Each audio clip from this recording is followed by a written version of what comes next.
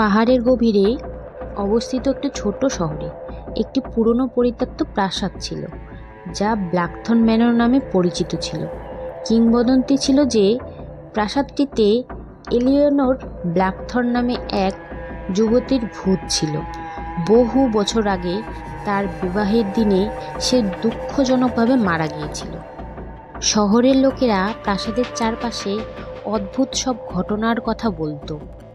রাতের বেলা সেখানে ভয়ঙ্কর আলো জ্বলত, বাতাসে শোকের কান্না শোনা যেত এবং ঘরের মধ্য দিয়ে ভুতুড়ে পায়ের শব্দ শোনা যেত। এলিয়নের হিংসুটে আত্মার ভয়ে অনেকেই প্রাসাদের কাছে যাওয়ার সাহস করত না।